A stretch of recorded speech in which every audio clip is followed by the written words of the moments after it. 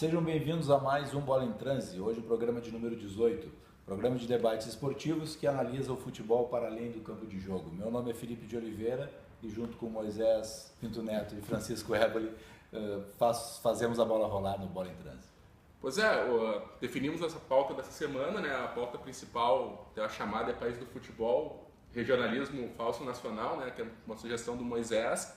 E a pauta, na verdade, ela surgiu a partir da coletiva do Mancini no fim de semana, né? Do Wagner Mancini, técnico do Vitória. O Vitória... Foi o Vitória, né? Do Vitória, não. O Vitória conseguiu quebrar a invencibilidade do Corinthians no Campeonato Brasileiro durante a coletiva. O Mancini troca tanto de time que a gente não sabe mais qual. Pior, ele é que mais... E na coletiva, então, ele respondeu, acabou se atritando com o repórter, enfim. Mas ele falou, numa das declarações da análise do jogo, ele questiona o repórter de que o Brasil é muito maior do que São Paulo, né? Vai muito além de São Paulo. Então, eu acho que é interessante a gente discutir um pouco isso, assim, sobre esses olhares do futebol e essa questão do regional com o nacional, né? Tipo, porque, na verdade, a própria identidade do futebol brasileiro ela é uma construção histórica regional, porque ela é uma construção voltada principalmente da cultura carioca, né, do Rio de Janeiro, ali da primeira metade do século passado. Mas pesquisadores, principalmente da antropologia, vão estudar e não vão falar de um futebol brasileiro, mas de futebols brasileiros, porque cada região vai se apropriar do futebol de maneiras distintas, e tu vai ter uma escola gaúcha, tu vai ter um outro estilo em São Paulo que é diferente do Rio, enfim. Mas a gente sempre parte desse princípio de que existe um futebol único, né? Existe o rótulo, né? O certificado de qualidade do futebol brasileiro, muito embora a gente tenha justamente essa característica, vários tipos de futebol, né? Não só fundamentalmente na questão da regionalidade, mas também em alguns estilos e algumas escolas de futebol que existem dentro do futebol brasileiro. O Tite levanta muito essa questão, né? Que o Brasil ainda hoje se divide em duas grandes escolas, que seria a escola do Tele e a escola do Enio Andrade, né? Que nada mais é, pelo menos na minha visão, do que a discussão que a gente tem hoje no futebol mundial entre ocupação de espaço e controle da bola, né? Qual dos dois qual das duas escolas que seria a melhor? Mas sem dúvida nenhuma, a questão do regionalismo, ela, ao mesmo tempo que ela é muito forte, muito candente no futebol, fundamentalmente aqui também, né? A gente, digamos assim, nosso estado tem essa característica de ter um regionalismo muito forte. A gente, apesar disso, quando se fala em futebol brasileiro, todo mundo se sente, todos os estados e todos os brasileiros se sentem contemplados dentro desse conceito, por mais paradoxal que seja, né? Acho que seria uma análise que poderia se dizer micro, digamos assim, da própria questão da tensão, globalização, né, das tensões do regionalismo com o global, no caso do Brasil, do regionalismo do estado com a identidade nacional, digamos assim. E é interessante, né? Porque se a gente pegar lá os anos 90, onde começou essa discussão muito acentuada por causa daquele time que o Grêmio tinha na década de 90 e o Palmeiras era a superpotência nacional, né? E o Grêmio então era um desafiante do Palmeiras. A gente vai lembrar que, por exemplo, era um momento ápice, eu acho, em termos de audiência do Cartão Verde, né? O programa da TV Cultura, né? Do Flávio Prado, Trajano e Armando Nogueira, depois que Fury no lugar do Armando Nogueira. Mas o Armando Nogueira foi uma figura bem importante para entender isso, né? Porque o Armando Nogueira fazia uma defesa muito acentuada do estilo mais... digamos assim, do futebol arte, tinha essa visão mais... O Armando Nogueira é quase um discípulo ali da escola do Mário Filho e do Nelson Rodrigues. Exatamente. Né? Tem essa sequência dessa visão do futebol arte, né? Exatamente, essa visão romântico-poética, né? do futebol. E o Armando Nogueira, então, foi um personagem que tensionou muito com o futebol do Grêmio, né? O Armando Nogueira, o Trajano, faziam muitas críticas e tal ao estilo de jogo que o Felipão imprimia no time, esse estilo mais baseado na força, na potência dos jogadores do que propriamente em qualidade de jogo, do ponto de vista plástico, né? Enquanto que o Palmeiras, tinha aquele super time com Edmundo, Evair, Edilson, depois Rivaldo, depois Djalminha, enfim, né? Um monte de jogadores super técnicos. E quando isso começou, foi uma certa resposta, quando os gritos no estádio começou com eu sou gaúcho, era uma certa resposta, digamos assim, a essa abordagem que a imprensa paulista fazia, Bandeirantes também, né, que enfim, tem uma forte identidade com o futebol paulista, né, com o Juarez Soares, Silvio Luiz, esse pessoal, né, era uma resposta assim, contra uma abordagem como se o Rio Grande do Sul não existisse, né, como se o Rio Grande do Sul simplesmente estivesse falando de como se fosse falar, sei lá, do Egito, né, quando está falando do Rio Grande do Sul, quer dizer, nós estamos fazendo aqui um programa de, acho que meu pai até mencionou isso, né, de transmissão nacional aqui no programa, né, nós estamos fazendo um programa que tem uma transmissão nacional, que todos os estados do país estão assistindo, mas a gente se comporta como se só estivesse falando para São Paulo, como se todo mundo fosse palmeirense, ou paulista, ou carioca. Sim, o problema é que o time do Grêmio também está ganhando. E aí, então, eu sou gaúcho naquele momento, e eu sei porque eu vivi aquele momento, tinha muito dessa afirmação marginal, afirmação periférica, né? Do tipo, não, mais ou menos como acontece, e aí, enfim, tu tem mais background que eu para analisar isso, com a Espanha, né? Da identidade basca, catalã, né? Uma espécie de um regionalismo de afirmação contra um poder central, né? E não um regionalismo... Só pegando só pelo gancho, a gente pode pensar que os discursos, a nossa identidade de futebol gaúcho, a forma como a gente cria esses discursos não são muito diferentes das questões, dos discursos históricos dos nossos enfrentamentos contra o poder central, tipo a raça, todas essas questões que a gente projeta no futebol, de certa forma, são aquelas construções que a gente tem do povo gaúcho, né, na verdade, e desses embates com o poder central. O que é essa discussão da Parmalat, ou enfim, do Palmeiras Parmalat, ou do futebol, da arbitragem favorecer os times de São Paulo e do Rio de Janeiro? Nada mais é do que o poder central está favorecendo os estados lá de cima em detrimento do... Então, assim, na verdade, tu projeta as discussões que são culturais locais pelo futebol, né? No caso da Catalunha e no caso do País Basco é bem... Eu acho que no caso do País Basco ainda mais, porque o País Basco, eles chegam ao ponto em Bilbao de não aceitar jogadores que não sejam bascos, né? Enfim, porque... E tem no livro do Dom, a profissão do professor Aleidamo da URGS, ele entrevista o pessoal do Atlético de Bilbao, assim. E aí ele vai falar, agora não sei exatamente, mas ele vai dizer assim, algo como assim, o futebol é muito mais do que só ganhar. O dia que o futebol for só ganhar o jogo, largo. O futebol tem outras questões que vão muito além, que são questões políticas, questões de identidade, que atravessam a forma como a gente vê e pratica o futebol, e no caso deles, como eles administram todo o sistema, né? Acho que é bem... E se tu for pegar as rivalidades dentro da Escócia, por exemplo, entre católicos e protestantes, enfim, tu vai sempre projetando no futebol essas questões internas. Mas a questão que eu vejo que falando nisso, mandar um salve pro Tomás, o nosso abração. Só para dar uma dica, quem quiser ler um pouco sobre essa discussão da identidade do futebol gaúcho a partir daquele time do Grêmio de 95, o professor Aleidamo tem um artigo chamado Eu Sou Gaúcho, o nacional e regional no futebol brasileiro.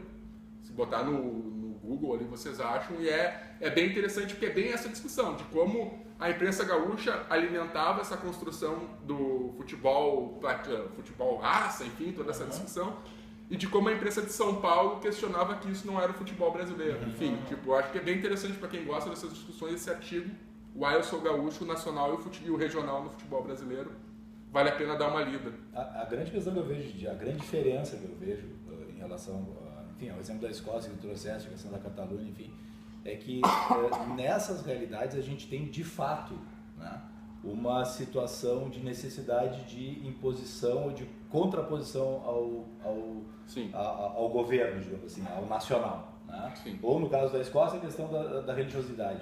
Na Catalunha a gente vai ver o que a Catalunha foi muito perseguida pelo Franco, tá? Agora, aqui, né, o que é meio assim, essa questão, por exemplo, do gauchismo no futebol, eu sou muito crítico em relação a essa questão. Né? Por exemplo, algo que eu me contraria assim quando eu vou no estádio e tem um jogo entre dois clubes, um clube do Brasil, entre aspas, um clube do Rio Grande do Sul, e toca o hino nacional e a torcida canta o hino rio-grandense em cima. É um negócio que eu acho meio patético, assim, eu acho meio quixotesco, na verdade. Mas enfim, isso acontece tanto na Arena quanto no Beira-Rio. Tá? Mas eu acho assim, que é justamente uma tentativa da construção de uma identidade, como foi construído, na verdade, o regionalismo. Né? Quer dizer, a Revolução Farroupilha não era aquilo que a gente aprendeu no colégio, aquilo que a gente gostaria que tivesse sido, na verdade. Né? E acho que no futebol meio que se projeta essa questão de tentar fortalecer essa identidade, que é uma identidade ideal, que faz parte, na verdade, a construção de identidades ideal. A construção das identidades ela não precisa estar vinculada com a realidade, mas sim a partir de idealismo. Quer dizer, os Estados Unidos ele não iniciou a sua colonização lá com a chegada do Mayflower. Aconteceram muitas coisas antes, só que a história não é tão bonita. Se baseia no mito. Exatamente. Se baseia no mito. Né? Então esse mito do gaúcho, ele nesse momento aí da época foi 95, acho que isso mais ou menos, né? Se concentrou justamente na questão ali do combate entre o Grêmio e o Palmeiras, como se fosse um espaço justamente de reconstrução desse mito aí. Sim.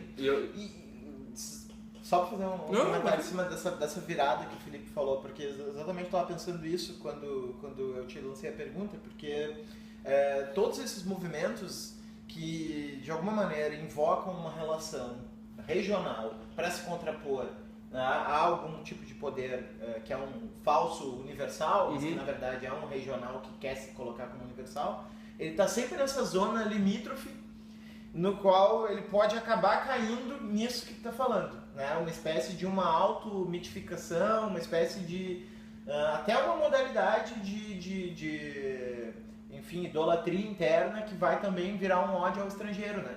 E eu acho que isso é uma coisa que também passou esse eu sou gaúcho num certo momento. Quer dizer, quando o Juca Kfouri, lá pelos anos 2000 mais ou menos, né, começou a criticar, eu sou gaúcho, tá, e daí, né, que tu é gaúcho, né? E isso já era gritado 5, 6, 7 anos no estádio do Grêmio, né, quer dizer, aquele contexto em que isso nasceu já tinha meio que se desfeito. O Grêmio já tinha sido campeão da Libertadores, o Grêmio já estava ali beirando, ou não me lembro se já tinha ganho um novo título da Copa do Brasil, né? Então, depois, enfim, veio todo o ciclo do Inter, né? Quer dizer, aquela motivação inicial de contestação estava começando a virar o fio para uma espécie de afirmação de uma superioridade. Mas é isso que eu queria colocar. Vocês não acham que, na verdade, a diferença entre Catalunha e País Basco é porque eles não têm vergonha de assumir esse discurso. A gente tem vergonha de... A ideia da República do Sul, pra gente, é uma coisa que envergonha a gente. Essa ideia de separar o Rio Grande do Sul do resto do Brasil, assim, tipo, o grosso. Não é uma coisa que tenha tanto apelo. Mas será que pra maioria é vergonha? Eu, sinceramente, eu tenho dúvidas em relação a isso. Mas é que não é um discurso. O que eu quero dizer assim, eu quero dizer assim, não é um discurso que, por exemplo, a gente, imprensa, ou enfim, assume como nosso, assim. Eles não. O basco e o catalão, eles assumem. Eles não têm vergonha de se acharem melhores do que os espanhóis. Enfim, tipo, pra gente, esse pensamento que a gente é melhor do que o Sudeste, que o Norte, pra gente é uma coisa preconceituosa, xenófoba, assim. A gente tem vergonha de pensar isso. Eu acho que eles não têm pensão. Se a gente olhar os trabalhos desses movimentos separatistas, quem são as pessoas que encampam esses movimentos separatistas, a gente vai ver que isso remete, sobretudo ali à colonização germânica e alemã no interior, que tem traços neonazistas. Né? A gente vai olhar... A própria bandeira de um desses movimentos é basicamente... o pessoal começou em Santa Cruz ali, né? Eu acho que é o Ayrton Marx, né? Uma bandeira, na verdade, que só não tem a suástica, tem o céu, na verdade, mas toda a estrutura da bandeira. Então existem ressonâncias aí perigosíssimas nesse tipo de movimento, né? Então acho que a gente tem aí uma certa tensão entre duas coisas, né? De um lado, a resposta contra esse falso nacional, né? Que é sempre esse universal, que é um universal que um particular reivindica para si a universalidade. Né? Então é um falso universal, que não é o localismo tratado como se fosse universal, né? Mais ou menos como se faz em relação ao Ocidente, né? Quer dizer, sempre quando você vai falar do universalismo, dos valores universais, os direitos humanos são os valores do Ocidente, né? Então aí tem o falso universal. Mas do outro lado, a gente tem também aí nessa afirmação do particular sempre o risco dessa afirmação do particular ser uma afirmação reacionária, né? Uma afirmação reacionária no sentido de querer voltar para uma idade de ouro perdida, né? Para uma tradição perdida, para uma raiz perdida, que normalmente esse discurso vai abrir espaço para o que é de pior. Em que, como tu já falaste na questão do livro lá que o futebol explica o mundo, é o que se verificou ali nos países balcânicos. Ah, sim. Exatamente isso. Quer dizer, o futebol ele era um polo justamente de afirmação da identidade de cada um daqueles países e de espaço de confronto, o primeiro espaço de confronto, digamos assim. Porque se aqui no Brasil, enfim, o futebol foi um instrumento de conciliar a questão dos escravos, enfim, de integrar o negro na sociedade, estava muito mais vinculado a uma questão racial. Na Europa é muito mais ideológico, né? Porque, enfim, aí as disputas étnicas, a questão, enfim, vai para um outro tipo de dramatização porque cada um dramatiza de acordo com suas realidades locais, né? E nos países da antiga cortina de ferro, né? Enfim, eles tinham justamente aquela questão que, claro, que no Brasil também teve um pouco disso, mas lá tu tinha um clube que era o clube vinculado à polícia, o clube que era vinculado ao exército, o clube que era vinculado aos funcionários públicos, né? Então os nichos eles eram sociais, na verdade. Ontem eu estava assistindo o jogo, era o Steaua de Bucareste, agora não lembro contra quem era playoffs da Sporting de Lisboa. E aí a discussão era justamente essa, que o clube, não sei se o Steaua faliu, enfim, mas o clube fechou e quem recebeu o direito de usar a marca foi o Exército. Então parte da torcida deixou de torcer para esse time porque o time ficou vinculado ao Exército.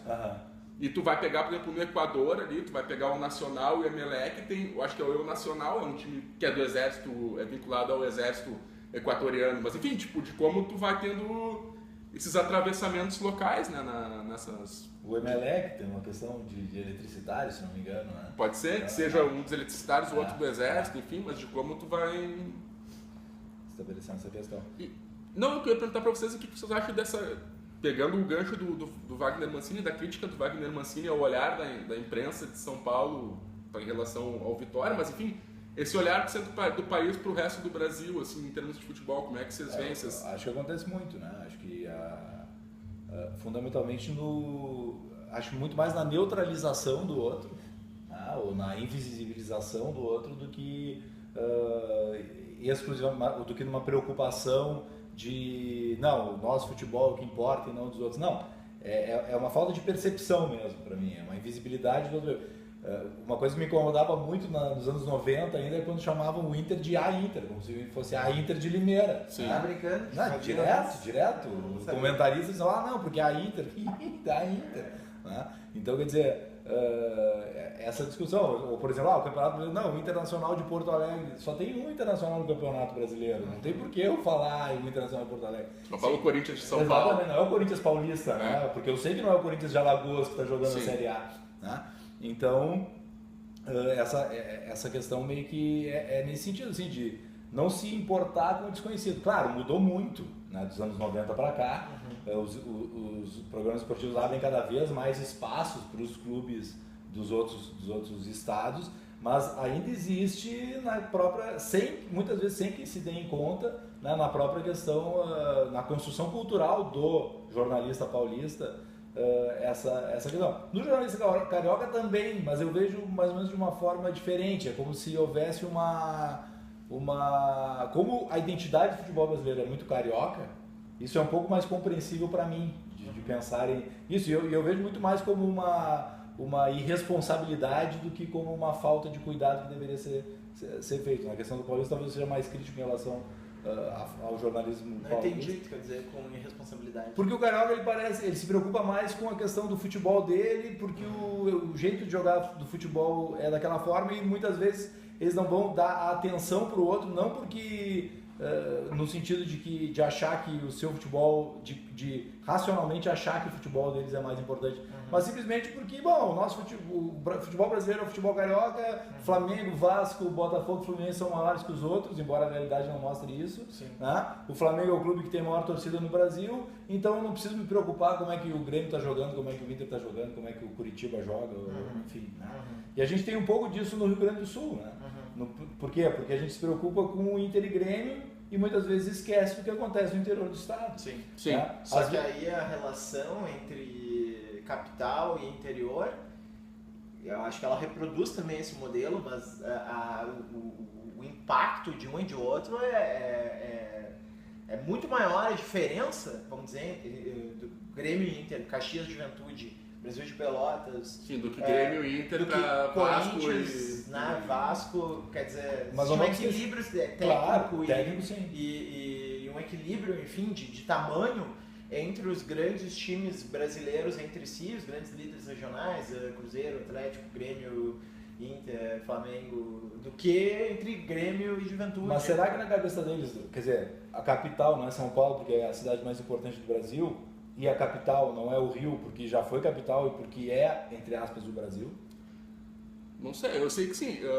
Pois é. Eu sei, historicamente, sempre houve uma disputa entre a imprensa de São Paulo e a imprensa do Rio de Janeiro pela definição do que era essa identidade, né? O São Paulo sempre foi essa ideia da locomotiva, da economia, da ciência, do trabalho, tipo... E eram essas narrativas que eram colocadas em disputa em relação ao que era o futebol brasileiro. Tu tinha a imprensa paulista ali, exaltando todos esses valores, e tu tinha o discurso da imprensa carioca, que era muito mais... Que a imprensa paulista falava assim, precisa de discussões mais sérias e menos carnavalizadas, assim, que é dessa ideia do futebol, da malandragem, enfim. Então, que eu acho assim, hoje a imprensa paulista...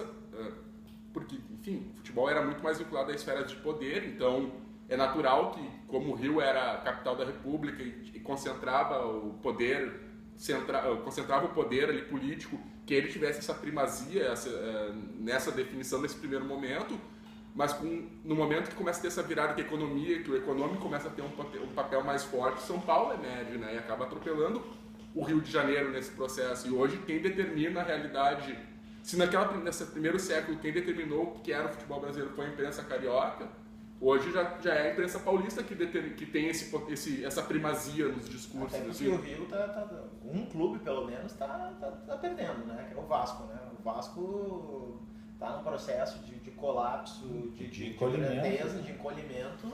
O Botafogo também, mas teve sorte de encontrar um treinador que tá fazendo um trabalho bem feitinho e tal, bem redondinho, que acabou levando o time para disputar títulos. Mas o jornalismo carioca, eu acho a vantagem do jornalismo carioca em relação ao jornalismo paulista é que o jornalismo carioca ele parece ser mais leve. Ele não se leva tão a sério quanto o jornalismo paulista. Assim. É muito mais aprazível tu assistir um programa de debate depois de um jogo de futebol de jornalistas cariocas do que de jornalistas paulistas. Eu digo, de um veículo de imprensa, por exemplo. O troca de passes depois de um jogo de futebol, ele é muito melhor do que assistir a análise do Esporte Interativo ou da ESPN em relação... Por quê? Porque a forma flui mais, é um negócio muito mais leve. A forma de encarar o futebol em si, ela acaba sendo uma forma com críticas, enfim, mas de uma forma, sei lá, tem um molho diferente nessa...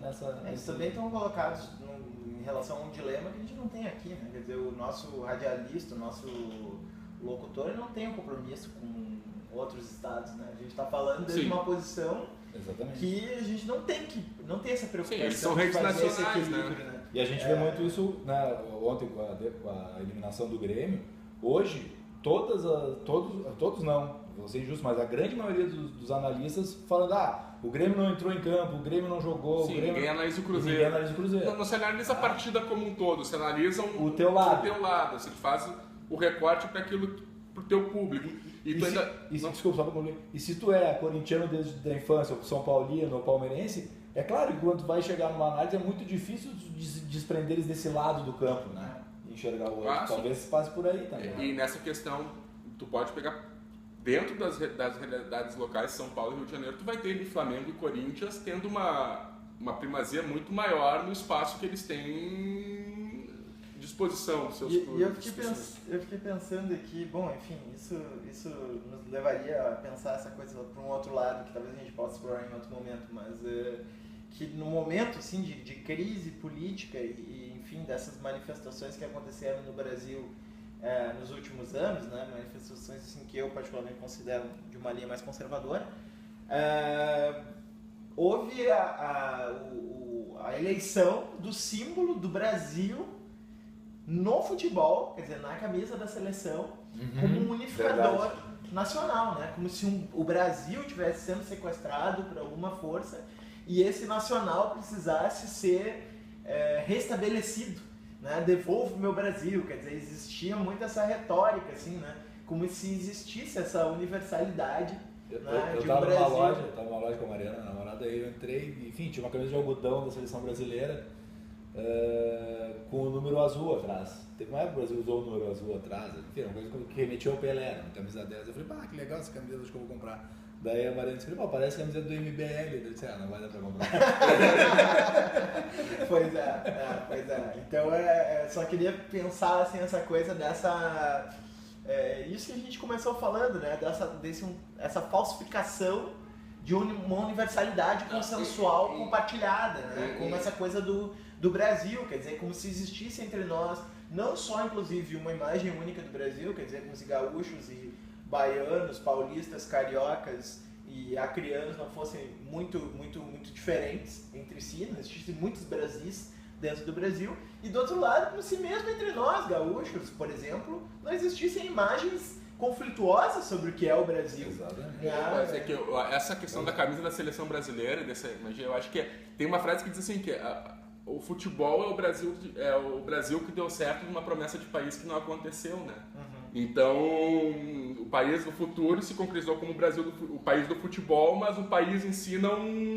Então, acho que tem esse aspecto também simbólico em relação à camisa da seleção brasileira, porque ali é uma ideia do Brasil que funcionou, assim. Mas dentro dessa ideia de integração, voltando, é bom pensar assim, até 66, a seleção era formada basicamente por jogadores, exclusivamente por jogadores de Rio e São Paulo. O nacional do futebol brasileiro era Rio e São Paulo. Tipo, tu vai ter em 66 ali uma abertura para alguns atletas, mas até ali meados da década, quando começa esse êxodo de jogadores para fora, que aí tu vai ter, mas São Paulo e Rio de Janeiro sempre tiveram a primazia do futebol, né? Tipo, sempre tiveram o maior número de jogadores servindo. E no caso, entre São Paulo e Rio de Janeiro, eu não vou me lembrar qual é a Copa, mas o Rio de Janeiro tinha, assim, dos 20 convocados, era 17 do Rio de Janeiro e 3 do São Paulo, isso até 50, 54, assim, tinha uma diferença dentro do país, assim, no futebol. O futebol era mais o centro ali, né? Sem dúvida, os exemplos de jogadores convocados eram escassíssimos, assim, né? O Tesourinho acho que jogava no Vasco já em 50, né? Quando ele era o ponteiro direito, eu não me recordo agora. Mas, enfim, de fato, né, momentos muito escassos em que havia esse tipo de possibilidade de abertura, digamos assim, da seleção para jogadores de fora do centro. Né? Acredito que naquela época a gente tinha os campeonatos entre estados, né? Seleção gaúcha também. Né? Então isso se dava muito nessa perspectiva. Eventualmente se tinha lá algumas, como o Pan-Americano, que foi basicamente o time do Inter com uns 2 jogadores ou 3 do Grêmio, que era a seleção gaúcha da época. Mas exatamente isso, a seleção era o Rio-São Paulo, né? Era isso. Tanto é que o Brasil era chamado no exterior de os cariocas, na verdade. Bom, enfim, né? Fiquei viajando nessa coisa do falso Brasil, porque é paradoxal, né? Porque por um lado tu tem aqueles que se autocolocam como donos do Brasil, né? Então a própria expressão, né? Devolva o meu Brasil. É meu, né? Então devolvo o meu Brasil. E por outro lado, eles usam uma imagem que não é deles, né? Porque na verdade toda essa identidade do futebol brasileiro não foi construída por essa classe, por essas pessoas com esse perfil, né? Foi construída na verdade pela cultura popular, né? Que vem da periferia e tal. Então tem um certo curto-circuito simbólico aí que é muito louco de se pensar, né? Sim, porque a identidade cultural, a nossa identidade foi construída pela margem, né? Tipo, foi vindo não pelo centro, assim, né? Vem da margem pro centro. E aí tu tem a fração dominante da sociedade, tu tem a fração...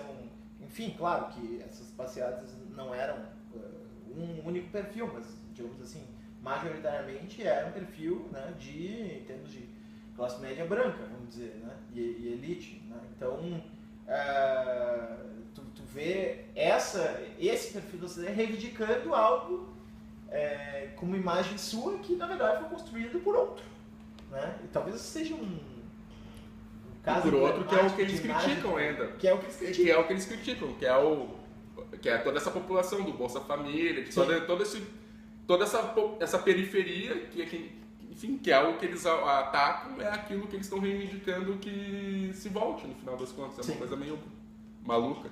Sim. Vamos fazer a transição. Então assim, né, a gente estava pensando que gol selecionar para essa semana e a gente resolveu, em função dos atentados lá em Barcelona, a gente pegou o gol do Bartra, que é do Borussia Dortmund, foi um jogo contra o Wolfsburg pelo campeonato alemão. O Bartra foi formado nas categorias de base do Barcelona, né? E ano passado ele não pôde, ele ficou de fora do segundo jogo da semifinal, das quartas de final da Champions, porque o ônibus do Borussia sofreu um atentado e ele foi o jogador que ficou ferido. Então, uma questão simbólica, exato, a gente vai botar então esse gol do Bartra então como homenagem. Quem está no podcast aí no YouTube, então agora entra o gol. Bartra looks for Aubameyang and finds the top corner. Sensational strike by Marc Bartra. And you can see what it means to him, the native of Barcelona, in the aftermath of the attacks this week. Dedicates the goal to his compatriots. And the curling shot beyond Castells for Bartra's first ever goal in the Bundesliga. Y el gol, pues creo que bueno, va para toda mi gente, para todos los catalanes, para toda España. Son momentos muy difíciles y creo que, bueno, me he acordado de ellos porque creo que es el mejor momento para acordarse.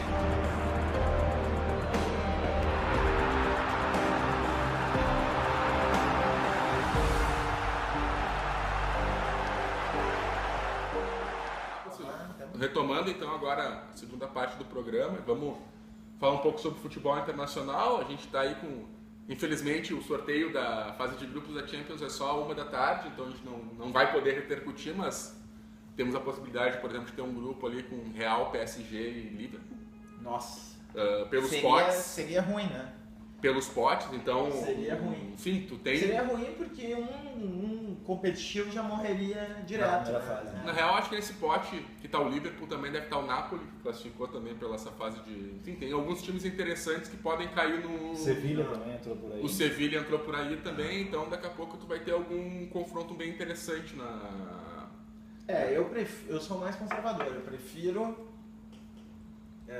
no sorteio, claro, sorteio não se prefere nada, né? Aleatório, mas eu preferiria que os grupos tivessem 2 times fortes, se classificassem e depois o bicho pegasse mesmo nas eliminatórias, né? Porque muitas vezes acontece que tem um desequilíbrio técnico de tu ter três excelentes equipes e uma cai fora, e aí tu tem um outro grupo que às vezes tem uma só, né? E leva junto consigo uma outra equipe fraca, né? Então, mas igual é sorteio, né? Não tem muito isso não vai.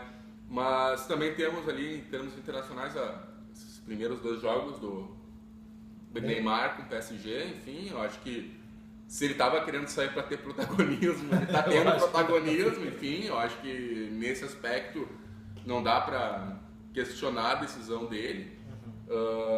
Mas enfim, eu acho que o primeiro jogo ainda... O desequilíbrio técnico pró-Neymar é muito grande, né, no futebol francês, né? Eu me lembro basta botar no YouTube, né, para ver os vídeos do Ronaldinho Gaúcho. O que o Ronaldinho Gaúcho fez no futebol francês foi, assim, claro, não existia... Talvez o nível do futebol francês fosse mais baixo ainda naquela época, porque não existia nenhum Monaco para fazer o contraponto, né? Mas os lances, a genialidade dos lances do Ronaldinho Gaúcho na época do PSG é algo assim, e passou em branco, né, para a maioria das pessoas. Exato. O pessoal sempre achou que o negócio começa quando ele vai para o Barcelona. Não, no PSG ele já fazia lances incríveis, né? É que não tinha visibilidade, né? Então o Neymar acho que vai acabar repetindo essa trajetória aí, né, o primeiro jogo dele em Paris, né, foi impressionante a participação dele em quase tudo que aconteceu no jogo, né? Sim. Então, Então, quer dizer, até chegou uma hora que o jogo meio que deu uma endurecida ali, mas depois...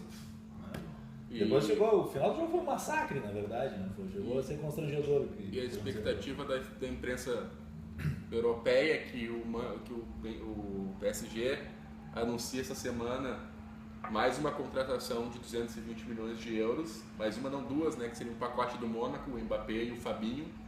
Eles estão... Então, assim, não sei de onde é que estão tirando tanto dinheiro, mas enfim... O Barcelona segue tentando ali o Filipe Coutinho e o Dembélé, mas tá complicado porque o Liverpool e o Borussia estão fazendo uma dobradinha no sentido de que o valor que vão pagar por um vai ser o valor que vão ter que pagar pelo outro, enfim, então não vai ser tão fácil assim, essa reposição do Neymar. E eu tô aqui só para ilustrar. Surgiu a questão do William, né? E o William seria o Di Maria foi outro oferecido, mas eu acho que o William e o Di Maria já estão num patamar. O Di Maria decadente não, mas numa descendente em termos de projeção para ser o substituto do Neymar. O Di Maria é um jogador assim, eu acho que ele é um jogador fantástico. Eu acho ele um jogador assim, ele teve uma atuação que ele foi o jogador principal do Real Madrid naquela Champions que foi a 10ª, né? E se mostrou assim um jogador espetacular, mas ele não tem uma coisa que é necessária para ser um super craque, que é a regularidade. Sim. Ele tem picos em que ele joga muito, em que ele joga pouco. Do ponto de vista do talento, da técnica, ele é um jogador incrível, um jogador que chuta bem a gol, que dribla, que tem velocidade, que enfim, lança bem, só que não tem essa que é o que diferencia o craque do grande jogador, né? Exato. Então, essa é a diferença. Não, só trazendo assim, só pegar... Só mais ou menos isso que enfim, eu gostaria que vocês falassem, a questão da ida do Paulinho pro Barcelona. Surpreendeu? Vai entrar no lugar do Rakitic? Na verdade, estão dizendo que talvez faça um meio campo mais forte para liberar o Iniesta. E mais 4-2. Mas estão falando que o Iniesta pode ir para o Manchester City também. Então, o Barcelona não ofereceu ainda renovação. Está muito indefinido. Eu acho que hoje o Barcelona é o que se encontra na pior situação no sentido de não ter muita definição do que vai ser realmente a equipe. O que me parece é que vai mudar o jeito de jogar do Barcelona. Porque o Paulinho não é um jogador com as características do Barcelona. É um jogador de arranque e, enfim, chegada rápida com velocidade, né? Digamos assim, o Barcelona naquele modelo do toque de bola não é exatamente... Teoricamente, o Busquets, o Rakitic e o Paulinho vão correr pro Iniesta, pro Messi e pro Suárez. Teoricamente. Então, daí tiraria os dois pontas, botaria o Iniesta numa ponta. Não sei, aí o Valverde vai ter que ver, mas parece que já está sendo contestado lá no Barcelona, pelos próprios jogadores, enfim. Mas também o vestiário do Barcelona não é fácil. Não. Imagina Messi e Suárez no mesmo vestiário. Não, tem toda a questão. O Barcelona entrou em litígio com o Neymar, cobrando o valor das luvas, e no mesmo dia os caras foram tudo pra casa do Neymar fazer uma festa lá. E tá o Piquet, o Suárez, o Messi, todo mundo tirando foto e coisa. Então tu vê assim... Esse vestiário não é uma coisa assim tão fechada com o clube, assim, é mais fechada eu acho que entre eles, assim, acho que tem uma relação muito forte entre eles. Acho que tem um espaço aí entre o Barcelona, o time, e o Barcelona Clube, né? Existe uma separação que já desde a época da saída do Guardiola lá se verificava, né? Quando o Rossell assumiu a presidência. E acho que está produzindo, digamos assim, os efeitos ruins, digamos assim, né? agora mais do que nunca. Sem falar que essa perda do Neymar, na verdade, foi uma grande golpe para a própria autoestima do Barcelona. Com certeza. Eu acho que sim. Eu acho que quem é que quer deixar o Barcelona? Como assim vão largar o Barcelona para ir para outro time? Enfim...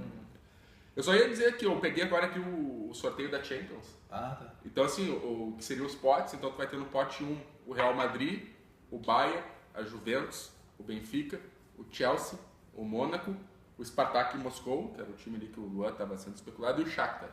Então, é um desse pote. Aí vai outro do outro pote, do pote 2, que é o Barcelona, o Atlético de Madrid, o PSG, o Borussia, o Sevilla, o Manchester City, o Porto e o Manchester United. Quer dizer, tu tem esse pote 2 até, se for para pensar, é mais forte do que o pote 1. Pois é, né? que tem ali os times como o Mônaco, o Spartak e o Shakhtar. O pote 3, que é o Napoli, o Tottenham, o Basel, a Roma, o Besiktas, o Olympiacos, o Anderlecht e o Liverpool. E o pote 4, que é o Feyenoord, o Leipzig, o Celtic, o Maribor. Se não me engano, o Maribor é o que tem o centroavante, o Tavares, que era da base do Grêmio, um dos artilheiros lá da Eslováquia. Nossa! O Sporting.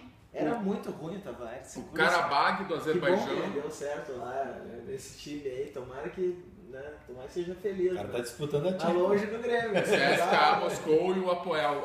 Se vocês quiserem, procurem Marcos Tavares ali, Maribor. Vocês vão ver, teve uma matéria, se não me engano, do Globo Esporte, ou o UOL fez com ele. Eu tô apostando, seguindo a nossa linha, que um grupo vai ser Spartak, Porto, Basel e Karabag.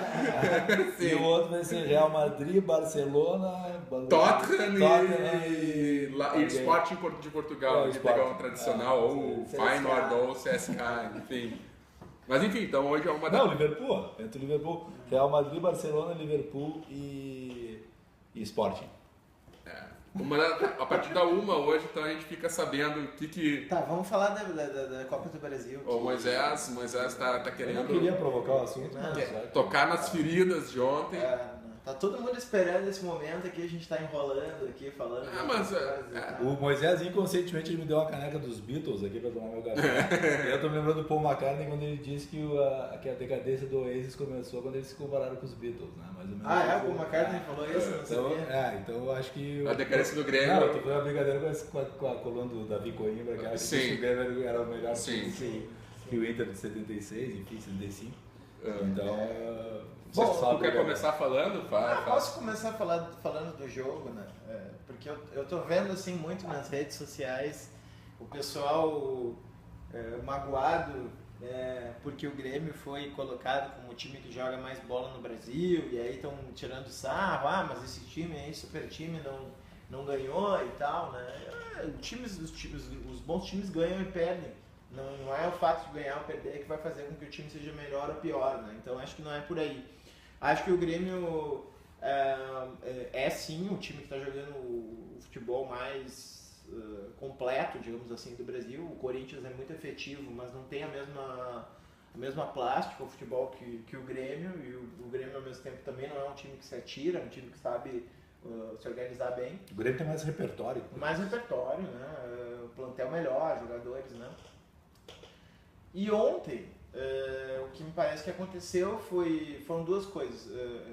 Mau planejamento do jogo e em termos de apostas, né, da estratégia para o jogo, e pela primeira vez, e aí tem muito crédito, não quero com isso de depreciar o trabalho, mas pela primeira vez o Renato cometeu erros determinantes para o resultado acontecer, eu acho, né? Então, primeiro tempo foi um jogo em que o Grêmio jogou um excelente futebol, né? O Grêmio assim, tem uma característica, que é essa característica de que os jogadores se aproximam uns dos outros para receber a bola. E isso eu acho que é o que faz o diferencial do futebol do Grêmio. Quer dizer, tu vê um jogador pegar a bola, tu vê o Cortez, já se aproxima o Pedro Rocha, já se aproxima o Arthur para receber. Tu vê o Ramiro, já se aproxima o Edilson, já se aproxima o Michel. Então...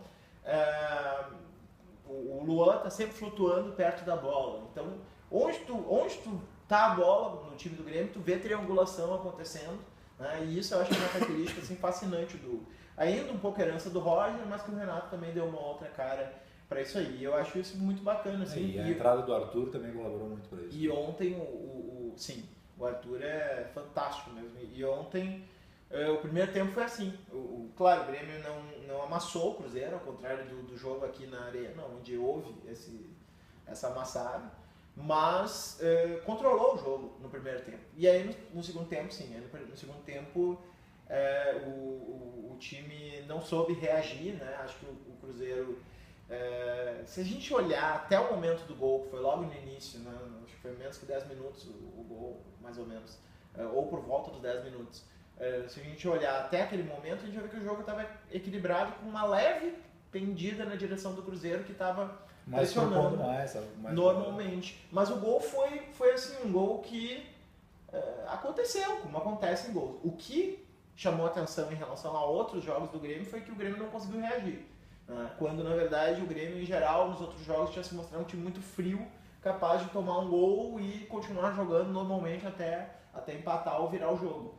E nesse jogo, não. Nesse jogo, o Grêmio parece que se abateu com o gol. E o principal sintoma desse abatimento, para mim, foi a própria atitude do Renato, que, a meu ver, de uma maneira precipitada, substituiu o Barrios. Acho que esse foi um erro crasso do Renato, porque o Barrios é um jogador que pode fazer um gol ali que ia resolver o jogo, enquanto o Everton não conseguiu nem se posicionar direito, porque o Everton não é centroavante e teve que se posicionar mais ou menos como centroavante. E foi antes de... Quer dizer, ele não deixou o time se reorganizar depois do gol. Ele já colocou o Everton como uma coisa meio de estabelecer uma coisa surpresa. E aí a gente tem realmente o ponto fraco do Renato. O Renato, acho que é um jogador, um treinador que está evoluindo muito, mas ele tem esse ponto fraco. Ele tem uma baixa capacidade de reagir durante o jogo. Eu acho que ele tem, assim, fazer substituições que alterem o jogo ou responder a alguma mudança que o outro técnico fez. Eu acho que isso ele ainda tem mais para evoluir, assim. Então acho que quando sai do script não sabe o que fazer. Porque as alterações que ele faz, assim, olhando de fora, não acompanho tanto o Grêmio, assim, mas as alterações que ele faz em geral são as alterações que já estão no script dele. Sim. Que de fato ele vai fazer. Sei lá, o máximo que ele vai fazer é aquilo, tirar o Ramiro para botar o Fernandinho. Sim. Mas que ele vai sempre tirar o Barrios para botar o Everton, ele vai fazer isso. Eventualmente ali achei que de repente poderia colocar o Maicon no meio de campo, tirar alguém, não sei. Mas se ele tirasse o Barrios, vai botar quem se não for botar o Everton? Não, a questão é que precisa tirar. O Barrios ficou parado quanto tempo ali antes de voltar a jogar aquele último jogo contra o Cruzeiro? Mas ele é o cara que empurra a bola pra dentro, cara. Não, eu sei, meu, mas é que tu precisa de um gol, entendeu? Mas é que tem que ver, cara, se daqui a pouco o cara não tá com coxa pesada, se o cara já no intervalo já não tá dizendo pro cara que aparentemente o Barrios não deu entrevista, disse que não tinha problema nenhum e tal, foi decisão do Renato e tal, tirar ele. Acho que isso foi um erro. Eu acho que a desclassificação do Grêmio, mais do que tática e técnica, ela passa por uma questão anímica, assim, o Cruzeiro jogou ontem a vida e jogou a morte, e os jogadores do Grêmio estavam passeando em campo, como se naturalmente tu fosse ganhar o jogo porque tu é muito melhor. O Grêmio é bom, é um baita time, joga um futebol ótimo, mas assim, tem que jogar, tem que estar jogando com 100%, quadro esticado, e não entrar como entrou ontem. O Grêmio é melhor, o Grêmio sabe que é melhor, mas o Grêmio não é imbatível. Eu não vi o primeiro tempo do jogo ontem, tá? Eu não vi o primeiro tempo do jogo contra o Cruzeiro, porque eu tava dando na arena, assim.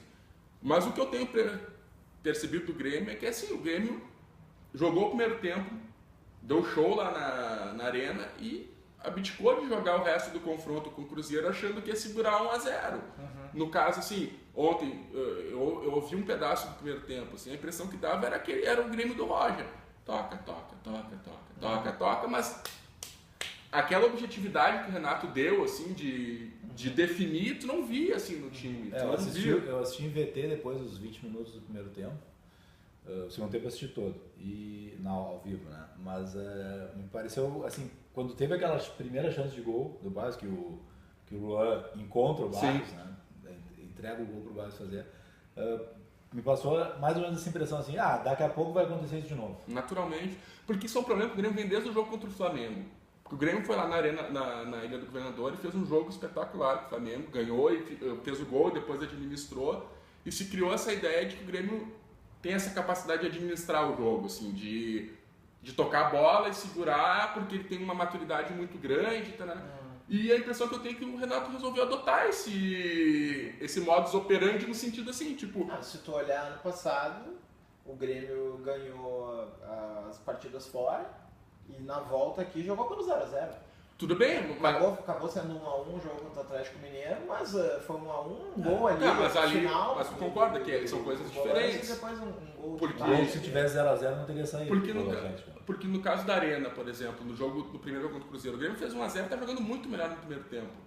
E no segundo tempo o Cruzeiro melhorou, pode o Mano ter feito coisa, tirou mas o o pé. Grêmio tirou o pé. Tirou o pé, Tipo, sim. é ridículo, porque Sim, o Grêmio isso- tinha que ter buscado 2-0. Sim, isso talvez é o que eu tava... Porque essa ideia, essa soberba que tem no sentido assim, não, a gente controla o jogo, então 1-0 tá bom, porque nós vamos chegar, vamos fazer gol, nós vamos fazer o Porque toque. a gente sempre faz gol fora de casa.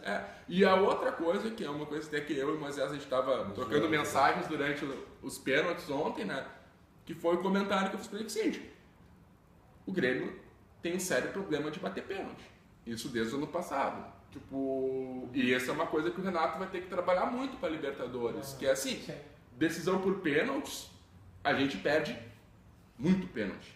Muito pênalti. A gente perdeu contra o Novo Hamburgo nos pênaltis, perdendo pênaltis ridículos. O Marcelo Groi, que a gente critica, enfim, mas ele que acaba segurando as broncas, porque ano passado, na Copa do Brasil, o Grêmio estava praticamente eliminado contra o Atlético Paranaense, foi ele que foi lá buscar o pênalti, porque já tinha errado uns 2 nas cobranças, enfim, o Novo Hamburgo, agora enfim, o Cruzeiro, mas se for pegar os pênaltis batidos durante as partidas, ultimamente o Grêmio tem perdido horrores de pênaltis também, tipo...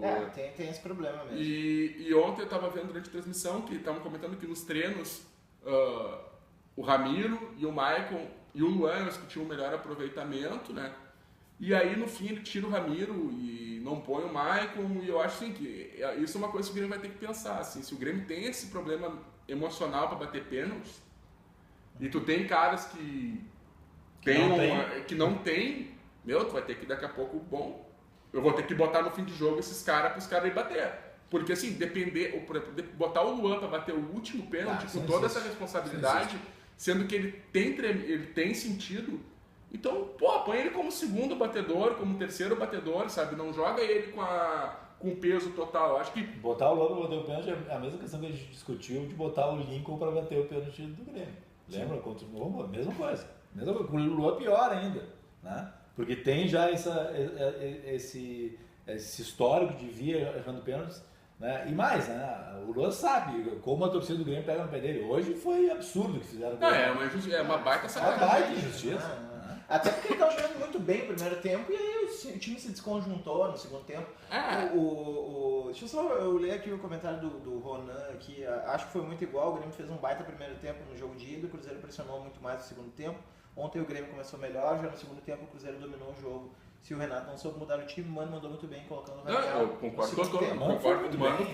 Eu acho que o Mano teve... O jogo aconteceu. O Mano a jogou estratégia mata-mata. que ele queria. O Mano jogou mata-mata. O Grêmio jogou uma partida como se fosse uma outra partida Ele qualquer. traçou a estratégia e deu muito E certo. aquilo que eu tava falando pro Felipe, quando ele chegou aqui, eu abri a porta pra ele, ele disse, o Mano é um cara que sabe montar um time. E por mais que isso pareça óbvio, tem treinadores que não conseguem montar um time.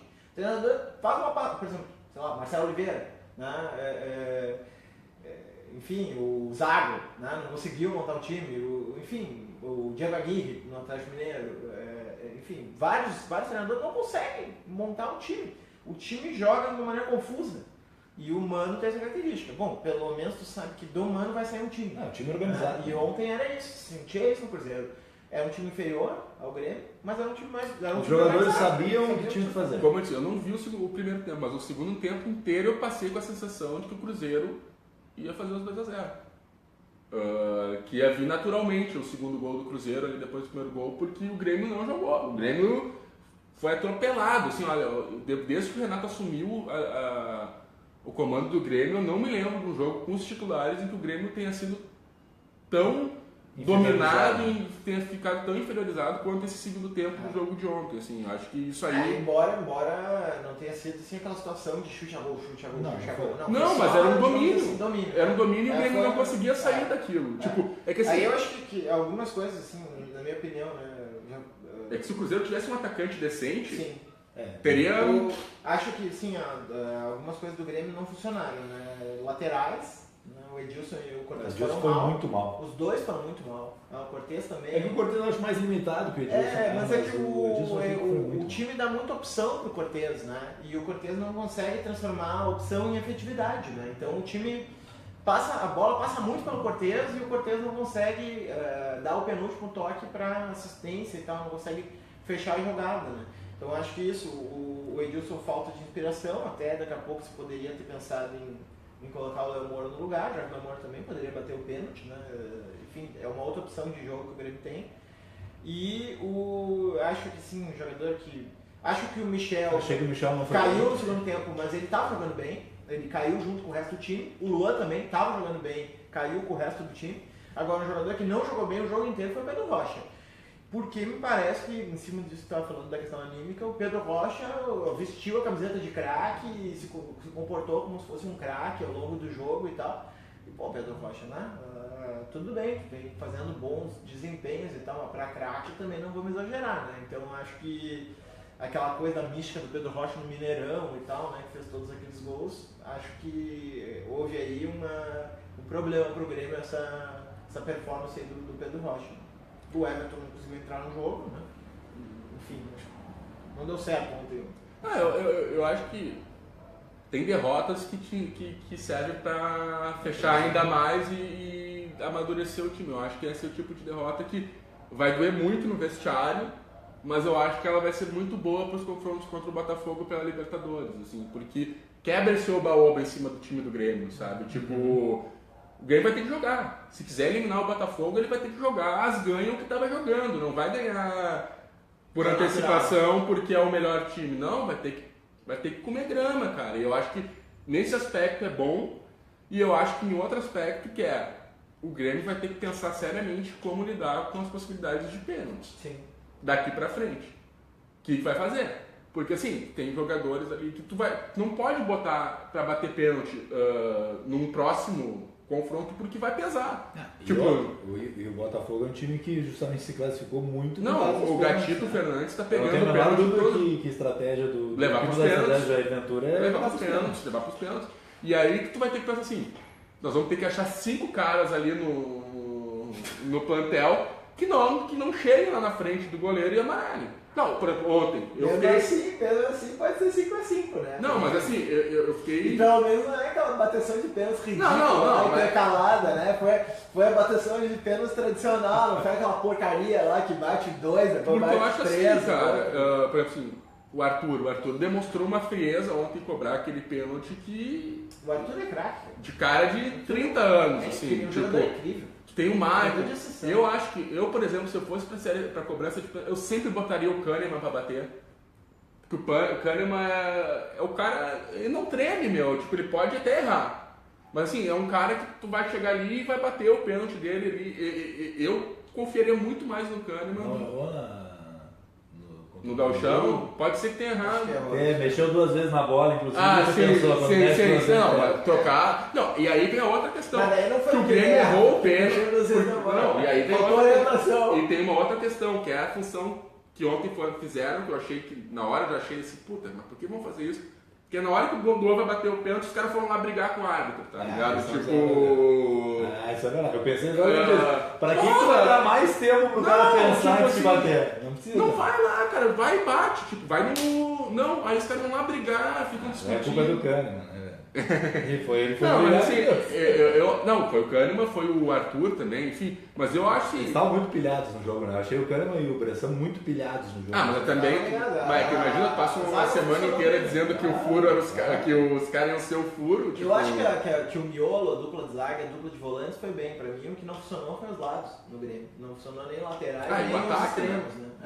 Do meio pra frente, eu acho que também não funcionou. Laterais, nem os extremos. O Ramiro é outro que chegou no limite técnico, assim, que, enfim, continua sendo um jogador útil, um jogador importante e tal, mas assim, essa coisa da titularidade absoluta num grupo tão rico quanto o Grêmio tem, assim, de opções, ele já tem que começar a se pensar e tal, porque ele não está conseguindo produzir aquele mesmo futebol que ele produzia, assim, ele está começando a deixar a desejar ofensivamente. Assim. Eu acho que só pensei, pra gente poder falar um pouco de Inter também, só pensar, eu acho que só não pode, não pode só fazer terra arrasada, né? Tipo, sim, não, claro. O Grêmio chegou até aqui jogando com todo esse cartaz que podia jogando, claro. Então assim, é reaglutinar, eu acho que é isso, tu juntar os cacos no vestiário ali e fechar e focar na Libertadores. Sim. Porque agora, assim, vai ter até o dia 13, se eu não me engano, que é o primeiro jogo contra o Botafogo para recuperar o Jeromel. Eu acho que o Grêmio agora tem que pensar seriamente o que vai fazer em termos físicos, porque começou a estourar todo mundo. Ontem o estourado do Bressan, enfim, tipo, tu já tem o Barrios vem tendo pequenos problemas musculares, o Marcelo Oliveira se lesionou, vai ficar 3 semanas fora agora, também muscular, enfim. Acho que a fadiga está chegando e o Grêmio vai ter que lidar com isso, assim, também. No Brasil eu acho que foi muito mais a questão psicológica. Pode ser, pode ser. A resposta do corpo a tudo que ele passou aí. Pode ser, mas eu acho que o problema... São 2 zagueiros, 3, né? Se tu contar que o Thierry tá voltando de lesão, ele tá só com o Bruno Rodrigo e Kahneman agora, né? Se tu for pegar nas laterais, o Edilson andou lesionado um tempo, aí quando ele volta o Moura se lesiona, enfim, mas tem assim, eu acho que o Grêmio agora vai ter que pensar como chegar zerado fisicamente para os confrontos com o Botafogo. De Inter, Thiago? De Inter tem sexta-feira a possibilidade de assumir a liderança da Série B. O time, enfim, vai crescendo, isso é engraçado, né? Quer dizer, o Inter, depois que o Inter conseguiu chegar, independentemente do campeonato que cada um esteja disputando, quando o Inter conseguiu estabilizar as coisas, começa um monte de questão no Grêmio. A venda do Luan, sim, o X9, o não sei o que, né? E meio que dá uma estabilizada do outro lado. Como isso, assim como dos atos de vandalismo no Brasil, muito acontecia, por quê? Porque o Grêmio não parava de ganhar, jogando muito. Sim, né? Com certeza. Mas o Inter tem essa oportunidade, enfim, de alcançar a liderança da Série B. Não tem muito o que comentar, né? O momento do fato de tu não ter uma crise Joga só ruim, né? Estamos ganhando. Tem que jogar, isso aí, né? O Inter não vem fazendo. Acho que as últimas 2 atuações não foram atuações boas do Inter. Ganhou bem, mas não foi. Jogou bem, não jogou bem. Jogou pro gasto, jogou o que tinha que fazer e alcançou o resultado. Isso que interessava. Né? Enfim, tá ganho o jogo? Não tá. O Inter vai tropeçar muito ainda na Série B porque é um time em formação. O fato de ter conseguido 4 vitórias não significa que já esteja formado o time, mas enfim, a coisa tá indo. O que chama, a questão que eu acho que tem que entrar na pauta é justamente a questão que a gente já comentou aqui a questão das contas, né? Que é uma reunião importante no Conselho de ano que vem, né? Justamente para analisar a due diligence da Ernst Young em relação a coisas que não estão nada explicadas e valores muito altos, né? Chegariam a 18 milhões de reais da gestão passada. Então o Inter tem essas 2 preocupações aí, né? A Série B no dia a dia e essa questão aí que tem que ser enfrentada pelo Conselho. Então, acho que é isso, né? Acho que venceu uma pauta da semana. Semana que vem a gente tem Jogo do Brasil em Porto Alegre, né? Semana que vem tem Jogo do Brasil em Porto Alegre. Que dia vai ser na terça? Quinta-feira, no dia do programa. Então tá. É dia 5, né? Dia 5. Dia 5? Não, dia 31.